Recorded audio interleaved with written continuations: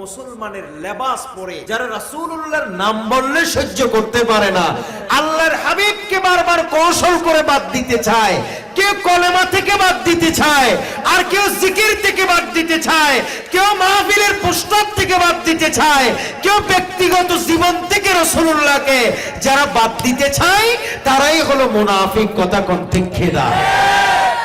যেমন এরকম চরিত্রের মানুষ কিন্তু এখনো আছে, দুরূদ শরীফ পড়লে সহ্য করে। গৌসিয়া কমিটি নাম শুনিলি তার মেজাজ গরম হয়ে যাবে, মতে গৌসিয়া কেড়ে না, তোমার অসুবিধা কি? গৌসিয়া গৌসে পাকর নাম আর কি? কথা কর ঠিক কিনা? এই গৌসিয়া মানে বুঝছেন, এখানে গৌসে পাকের নামের সাথে নিসবত। এই জন্য গৌসিয়া কমিটি যদি বলে তাহলে এই কমিটি আপনার ভালো না লাগলে করবেন না, কিন্তু এটাকে গালি দেবার অধিকার নাই, কারণ এটা হুজুর গৌসে পাক সেই বাগদাদের নামে নামকরণে এই জিনিস, এই সংগঠন। কি আপনারা বিরক্ত হচ্ছেন? 2-10 মিনিট বলতে পারবো, 5-7 মিনিট শুনেন। সিদ্দিক আকবর, ফারুক আজম, ওসমান গনি রাদিয়াল্লাহু তাআলা আনহু, এই তিনজন মিলে একজন আরবের তৎকালীন যুগের বড় এক পণ্ডিত, তার নাম ছিল আব্দুল্লাহ ইবনে উবাই ইবনে সলুল, তার কাছে গেল। সবাই এই তিনজন মিলে তার কাছে গেছে ঈমানের দাওয়াত দেওয়ার জন্য। কথা কোন কিসের দাওয়াত? উনি যখন দেখলো যে সে যখন দেখলো দরজায় উঠানে এই তিনজন বড় বড় সাহাবী, তখন বলতেছে মারহাবা বিকুম, মারহাবা বিকুম, তোমাদের জন্য অভিনন্দন, তোমাদের জন্য স্বাগতম, আপনাদের জন্য স্বাগতম, আপনাদের জন্য অভিনন্দন। দরজা টরজা খুলে আসছে, দরজা টরজা খুলে বসার জন্য জায়গা করে দিচ্ছে। আপনারা কি জন্য এসেছেন? আমরা আপনাকে ঈমানের দাওয়াত দিতে এসেছি। তখন সে বলতেছে আমান্না বিল্লাহি ওয়া বিল ইয়াউমিল আখির, আমি তো, তোমরা যে আল্লাহকে মানো আমি তো ওই আল্লাহকে মানি। তিনজনে বলতেছে হাই হাই, আমরা তো ওদের তেল্লা মাথার তেলে না দিতে আসি, ইতে তো আগতুন মজবুত ইমানদার, আরা বলে না করলে হাই হাই হচ্ছে বস মাফ করে দেন, আরা যাইবি অনেক ঠিক আছে না, আরা আসি দিয়ে অসুবিধা নেই। সাহাবায়ে কেরাম তিনজন দলে দলে চলে আল্লাহ পাক সুবহানাহু ওয়া তাআলার সাথে সাথে সাইয়্যিদুনা জিবরীল আলাইহিস সালাতু ওয়াস সালামকে একটা ফতোয়া নিয়ে পাঠাইলেন। একটু জোরে বলবেন না সুবহানাল্লাহ? কি নিয়ে পাঠাইলেন? কি নিয়ে? ফতোয়া। ফতোয়াতে কি লেখা ছিল?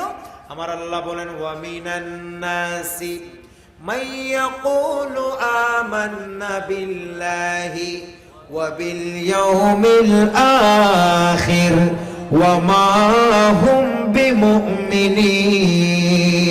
সুবহানাল্লাহ। প্রিয় ভাইরা আমার, আল্লাহ তাআলা কুরআনুল কারীমের ভিতরে সূরা বাকারার একেবারে ২ নম্বর পৃষ্ঠায় এই আয়াত রয়েছে। আল্লাহ তাআলা জিবরিলের মাধ্যমে এই আয়াত পাঠিয়ে দিলেন। আল্লাহ বলেন ও আবু বকর সিদ্দিক, ফারুক আজম, ওসমান গনি রাদিয়াল্লাহু আনহুম, আপনারা হলেন বড়ই সহজ সরল, আপনারা ভালো মতো চিনতে পারেন নাই। মানুষের ভেতরে এমন কিছু মানুষ আছে যারা বলে আমি আল্লাহর উপরে ঈমান এনেছি, আমি পরকালের উপরে ঈমান এনেছি, কিন্তু আমার রাসূলের নামটা একবারও বলে না। আমি আল্লাহ ফয়সালা দিয়ে দিলাম ওয়া মা হুম বিমুমিনিন। যারা রাসূলুল্লাহর নাম বাদ দিয়ে দেয় সে যত বড় ঈমানদার হোক, আমি নবী আমি আল্লাহ বললাম সে কখনো মুমিন হতে পারে না। কথা কোন ঠিক কিনা? এই জন্য প্রিয় ভাইরা আমার, কেউ যদি শুধু আল্লাহ আল্লাহ করে, কেউ যদি রাসূলুল্লাহকে সহ্য করতে না পারে, কেউ যদি নামাজ পড়ে কিন্তু রাসূলুল্লাহর জিকির সহ্য করতে পারে না, রাসূলুল্লাহর দরুদ সালাম তার ভালো লাগে না, ইয়া নবী সালাম আলাইকা বললে কটাক্ষ ভাষায়, বিশ্রী ভাষায় কথাবার্তা বলে, ও আমার প্রিয় ভাই, এই সমস্ত শব্দগুলো দিয়ে জানা যায় সেই ব্যক্তি রাসূলুল্লাহর উপর সন্তুষ্ট নয়, আল্লাহর হাবিবের দরুদের উপর সন্তুষ্ট নয়। যারা আমার নবীর উপর সন্তুষ্ট নয় তারা কখনো মুসলমান হইতে পারে না। কথা কোন ঠিক কিনা? তারা কোনোদিন মুমিন হতে পারে না, তারা মুনাফিক। কথা কোন ঠিক কিনা? মুনাফিক দেখতে মুসলমানের মতো, মুনাফিক দেখতে আমাদের চেয়ে আরো বড় একদম বেশভূষায় আরো অনেক ভালো, উপরে একদম অনেক কিছু, কিন্তু ভেতরে তার রাসূল করিম সাল্লাল্লাহু আলাইহি ওয়াসাল্লামের নাম সে সহ্য করতে পারে না। আমার নবীর ইসমে গরামি তার কাছে ভালো লাগে না, আল্লাহর হাবিবের নাম শুনলে তার অসহ্য হয়ে যায়, এমনকি সুন্নি নাম শুনলেও সে বিরক্ত হয়। কথা কোন ঠিক কিনা? মুসলমান হইলে কি আর জান্নাতি হবে?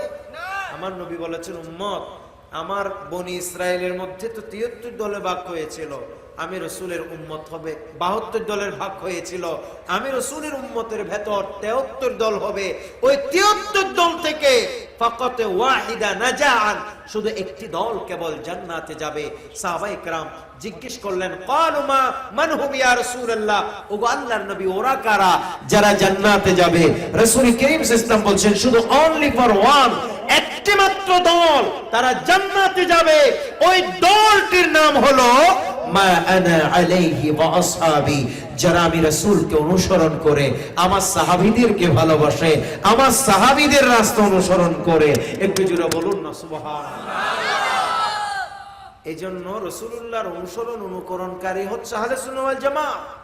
আজ দেখবেন মুসলমানের ভিতর বিভিন্ন দল নাম দিয়েছে মুসলমান, কিন্তু সাহাবায়ে কেরামকে গালিগালাজ করে। নাম দিয়েছে মুসলমান, রাসূলুল্লাহর সাহাবীদের দুষ্বর্ণনা করে। এরকম আছে না? তুমি কোন কাবিলের কাবিল আমারে বোঝাও। নবী করিম সাল্লাল্লাহু আলাইহি ওয়াসাল্লামের সাহাবীর ভুল ধরার অধিকার তোমার আছে? যেখানে হযরতে ইমামে আজম আবু হানিফা মানে কোন সাহাবীর বিরুদ্ধে বলে নাই, যেখানে হযরত ইমাম শাফিঈ বলে নাই, যেখানে ইমাম মালিক বলে নাই, যেখানে ইমাম আহমদ বিন হাম্বল বলে নাই, যেখানে সিহা সিত্তার ইমামে বুখারী থেকে শুরু করে সমস্ত বড় বড় আইম্মায়ে কেরাম মুহাদ্দিসিনে কেরাম কোন সাহাবীর বদনাম করে নাই, হযরত সাইয়্যিদুনা আমির মুয়াবিয়া রাদিয়াল্লাহু তাআলা সমালোচনা করে নাই। তুমি কোন কাবিলের কাবিল আমির মুয়াবিয়া রাদিয়াল্লাহু তাআলার দুষ্বর্ণনা করছো? ভাই আমার, এটা তোমার অনুচিত হচ্ছে।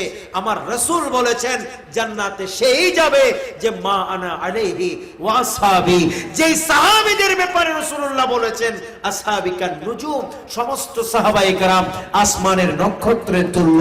অতএব যারা এসব জানার পরেও এগুলির বিরুদ্ধে আচরণ করে নামে মুসলমান হলেও মূলত কিন্তু তারা মুনাফিক। কথা কোন ঠিক কিনা?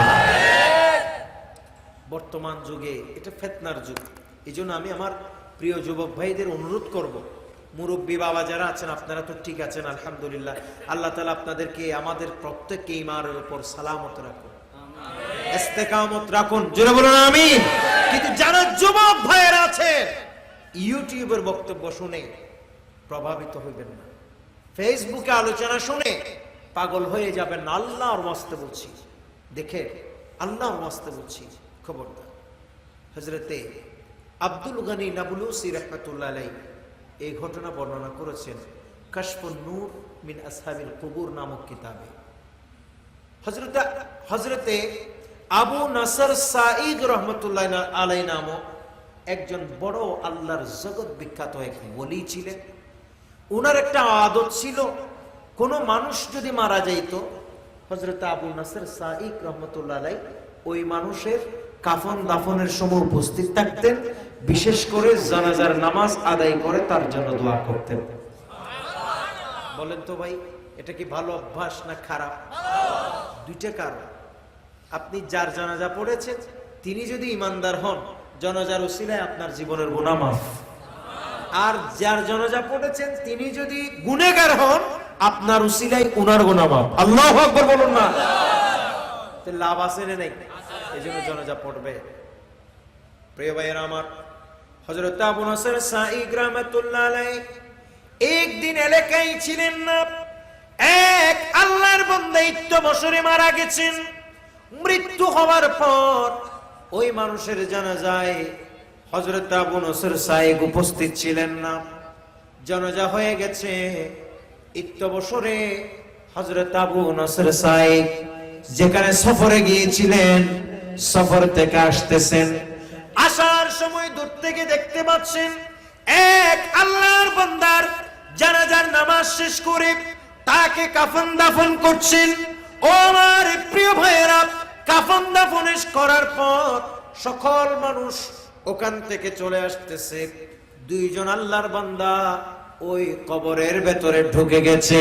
হযরত আবু নাসর সাইক রহমাতুল্লাহ আলাইহি বলেন, আমি আমার কপালের চোখ দিয়ে স্পষ্ট দেখছিলাম দুইজন আল্লাহর বান্দা কবরের ভেতরে ঢুকে গেছে। দুইজন আল্লাহর বান্দা, জীবিত বান্দা, মৃতকে দাফন করার সময় দুইজন ওখানে ঢুকে গেছে, একজন বের হয়ে। উপরে যারা ছিলেন সবাই চলে আসতেছে। আমি তো অবাক। হযরত আবু নাসর সাইক রাহমাতুল্লাহ আলাইহি তিনি দ্রুত বেগে গেলেন, দেখতেছে কবর উপরে সব কিছু দেয়া, কবর একেবারে ফিটফাট, কবর পরিষ্কার, একদম কবর দেয়া শেষ করছে, কোনো একটা ছিদ্র নেই। কিন্তু ওখানে দুইজন মানুষ ঢুকতে হযরত আবু নাসর সাইক রাহমাতুল্লাহ আলাইহি বলেন, আমি দেখলাম। একটু জোরে বলুন সুবহানাল্লাহ। তিনি তাড়াতাড়ি আসলেন কবরের পাশে। কিছু মানুষ যারা আসতেছে তাদের থেকে জিজ্ঞেস করছেন, ভাই আপনারা কি দেখতে পেয়েছেন এই কবরের ভিতর কিন্তু দুইজন মানুষ ঢুকছে, বের হয়নি? তারা বলতেছে, হুজুর আপনি কি বললেন এসব? আমরাই তো কবরের দাফন কাফনের কাজ করেছি। শেষ করবো বসে। আমরাই তো কাজ করেছি, দাফন কাফনের কাজ তো আমরাই করেছি, কোন মানুষ তো আমরা দেখলাম না ওখানে ঢুকতে, আপনি কি বলেন? হযরত আবু নাসর সাইক রাহমাতুল্লাহ আলাইহি বলেন, না আমি দেখেছি। সবাই বলেন, আমি দেখেছি যে দুইজন মানুষ ঢুকছে, এটা আমার কপালের চোখ দিয়ে দেখছি। কেউ যদি বলতো আমি বিশ্বাস করতাম না, কিন্তু এটা আমি দেখছি। তখন তিনি কি করলেন? কবরের পারে দাঁড়িয়ে দাঁড়িয়ে 10 বার সূরা ইয়াসিন শরীফ তেলাওয়াত করলেন। কথা বলেন, কয়বার? কোরআনুল কারীম কবরের পারে দাঁড়িয়ে দাঁড়িয়ে হোক, বসে বসে হোক, তেলাওয়াত করতে পারে কি পারে না? দেখে দেখে হইলেও তেলাওয়াত করতে অসুবিধা নাই। বসে বসেও কিংবা মুখস্থ আল্লাহ তাআলার কালামে মাজিদ ওই কবরের পারে দাঁড়িয়ে দাঁড়িয়ে পড়তে কোনো অসুবিধা নাই। নিজের কল্যাণ হয়, কবরবাসীরও ফায়দা হয়। প্রিয় ভাইয়েরা আমার, হযরত আবু নাসর সাইক রাহমাতুল্লাহ আলাইহি আল্লাহ তাআলার কাছে হাত তুলে দিলেন, আয় রব্বে করিম, দুইজন মানুষ আমি কবরের ভিতরে ঢুকতে দেখেছি। ও আল্লাহ, দুইজন মানুষকে আমি একটু তাদের পরিচয় দেখতে চাই, আমি একটু তাদের পরিচয় পেতে চাই। ওগো রব্বে করিম আল্লাহ, তুমি আমাকে এই দুইজন আল্লাহর বান্দার পরিচয় জানার সুযোগ করে দাও। দোয়া করছেন, হঠাৎ করে দেখতেছে কবরের এক পাশ থেকে আল্লাহর এক বান্দা উঠে দাঁড়াই গেলেন, এবং ওখান থেকে উঠে উনি সোজা অন্যদিকে চলে যাচ্ছে। কবর কিন্তু উঠার পর কবর অটোমেটিক বন্ধ হয়ে গেছে। তিনি অবাক হয়ে গিয়ে দেখলেন, কেন কবরকে দেখলেন, কবরের উপরে মাটি পড়ে আছে, কবর একেবারে ফ্রেশ হয়ে আছে। ও আমার প্রিয় ভাই, ওই সময় এক আল্লাহর বান্দা উঠে একদিকে চলে যাচ্ছিলেন।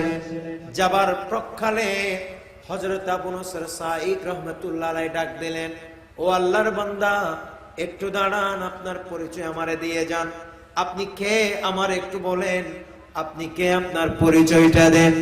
এমন সময় ওই লোকটা আল্লাহ তাআলার দোহাই শুনে, হযরত আবু নাসর সাইক রাহমাতুল্লাহ আলাইহির কথা শুনে ওই আল্লাহর বান্দা পেছনে ফিরে তাকাইলেন। পেছনে ফিরে তাকাই বলতেছে, ও আল্লাহর বান্দা, তুমি যে আমার পরিচয় জানতে চাইছো, আমি দুনিয়ার অন্য 10 জন মানুষের মতো মানুষ নয়। আমরা যে দুইজন কবরের ভেতরে ঢুকছিলাম, আমরা হলাম আল্লাহ তাআলার ফেরেশতা। আল্লাহর ফেরেশতা এই কবরের ভিতরে কেন ঢুকছেন আর কেন বের হইলেন? আমরা নির্দিষ্ট কিছু মানুষের কবরের ভেতরে ঢুকি যারা কায়েদে আহলে সুন্নাহ ওয়াল জামাতের উপর মৃত্যুবরণ করে, যারা রাসূলুল্লাহর সুন্নতের উপর আমল করে, সাহাবায়ে কেরামদেরকে যারা মান্য করে। এমন মানুষ যদি মরে যায়, আল্লাহ তাআলার পক্ষ থেকে আমাদের উপরে স্পেশাল দায়িত্ব পড়ে ওসব মানুষের কবরে আমরা মুনকার নাকিরের প্রশ্নের জবাব দেওয়ার জন্য, প্রশ্নের জবাব দেওয়ার সময় প্রশ্নের জবাব শিখিয়ে দেওয়ার জন্য আল্লাহ তাআলা আমাদেরকে কবরের মধ্যে প্রেরণ করে। প্রিয় ভাইয়েরা আমার, এই বর্ণনা থেকে জানা যায় যারা আহলে সুন্নাহ ওয়াল জামাতের মানুষ, যারা ইমানদার মানুষ, যারা আল্লাহ এবং রাসূলের মুহাব্বতের মানুষ, যারা আল্লাহ তাআলাকে মুহাব্বত করে, যারা রাসূলুল্লাহকে ভালোবাসে, সাহাবায়ে কেরামকে যারা অনুসরণ করে, কবরের জীবন তাদের জন্য অনুপম সুখের জীবন হয়, ওই কবর তাদের জন্য জান্নাতের হয়। আর যারা মুনাফিক, তাদের কবর হয় ভয়ঙ্কর, তাদের কবরে হয় আল্লাহর জাহান্নাম থেকে তাদের কবরের ভেতরে চলে আসে ভয়ঙ্কর আযাব। অতএব প্রিয় ভাইয়ের আমার, আমরা জানলাম কাকে বলে মুসলমান, কাকে বলে কাফির, আর কাকে বলে মুনাফিক। অতএব সবচাইতে বড় মারাত্মক হলো মুনাফিক। আমার আল্লাহ তাআলা কুরআনুল কারীমে বলেছেন, ইন্নাল মুনাফিকিনা ফিদ দারকি আসফালি মিনান নার। আমার আল্লাহ বলেন, ও আমার বান্দারা, যারা এরকম উপরে ফিটফাট, ভেতরে ছদরগাঁট, উপরে মুসলমান ভিতরে নিফাক, যারা এরকম মুনাফিক আছে, তাদের অবস্থা হবে ইন্নাল মুনাফিকিনা ফিদ দারকি আসফালি মিনান নার। তারা হবে জাহান্নামের সবচাইতে নিচের স্থানে, তাদের স্থান হবে, একটু জোরে বলুন নাউজুবিল্লাহ। অর্থাৎ আমরা দেখতেছি কোরআন এবং হাদিস থেকে যে মুনাফিকের স্থান কাফেরের চাইতে নিচে। কথা কোন ঠিক কিনা? অতএব সবচাইতে জঘন্য মুনাফিক, এরকম মুনাফিকই করবেন না। উপরে একটা, ভিতরে আরেকটা বলবেন না। সবসময় উপরে যেমন, ভেতরেও তেমন থাকবেন। রাসূল কারীম সাল্লাল্লাহু আলাইহি ওয়াসাল্লাম বলছেন, মুনাফিকের 3 স্বভাব। মুনাফিক কথা বললে মিথ্যা বলে, মুনাফিক ওয়াদা দিলে খেলাফ করে, ভঙ্গ করে, আমানত দিলে খেয়ানত করে।